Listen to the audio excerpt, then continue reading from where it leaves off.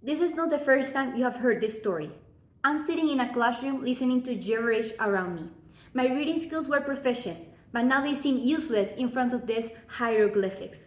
I was a good student, but now I feel lost. I want to understand. I try, but in reality, as I continue my journey, I feel like I'm wasting my time. I want to tell them I don't comprehend, but my communication skills cannot express my struggle. But everything changed when I met people who understood me, people who experienced my same story and knew how to get ahead. I'm not only talking about my peers who were immigrants too. I'm talking about all the great leaders that fought for equal rights, and thanks to them, I'm sitting in a classroom having the same education opportunities as any other United States citizen. I want to share the story of Sylvia Mendez. She was a girl like me with a Latino background. She lived in California during the 1940s, a period in the United States where racial discrimination against Hispanics was significant. There were two schools in her area, Hoover Elementary, which was a wooden shack specifically for Mexican Americans, and 70th Street Elementary, which in comparison was a lot nicer and made of bricks, for whites only.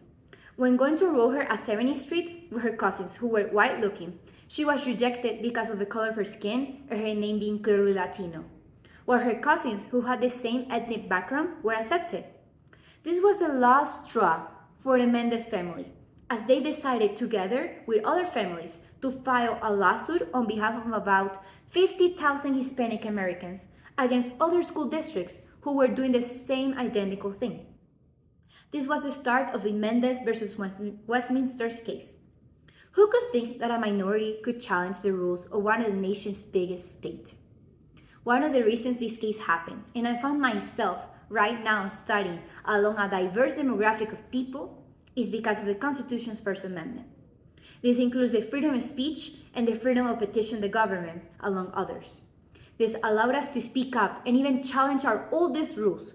This case was the first one that ended segregation in schools in California, and most importantly, it heavily inspired the most well-known case, Brown versus Board of Education, which ended school segregation in all of the nation.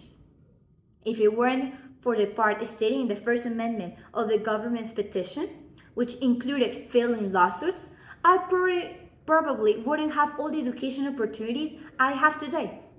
This has made me think that if we had only separated kids because of being different, it would be harder to integrate them into society later on. If I was put in a school that would treat me differently, I would feel like an outsider and I wouldn't have all the opportunities to unite myself with the culture as much as I wanted to. As an immigrant, I greatly admire the patriotism that this country shows. Every morning, I see students stating the Pledge of Allegiance, which makes me see how proud they are of being Americans, and they transmit their passion to me. I'm grateful that I get to express my love for this country through words.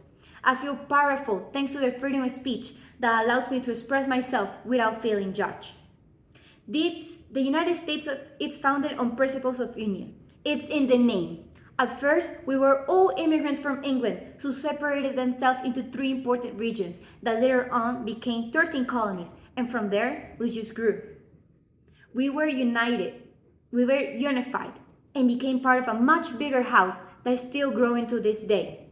Our architects were our founders who gave us these rights before any other rules.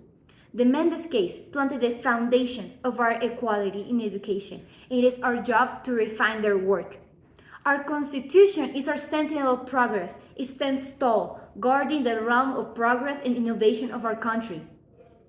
Our job as students who are becoming the architects of this nation is to understand its structure and value it, and trying to perfect the plans as much as we can. Lincoln once said in his speech, "If a house be divided against itself, the house cannot stand." I believe that the U.S. is our house, and every single person in our community contributes to it. I encourage every single student to speak up. Although you can think that your voice is insignificant, the First Amendment says otherwise. Every single worker counts in construction. Every single idea works for a proposition. And every single one of us, by showing our opinions and perspective of the world, can cause a change. In my community, I talk about breaking the stereotypes of Latinos and showing that we deserve these opportunities, our job, schooling, and economic opportunities. And this won't be the first time that you have heard my story.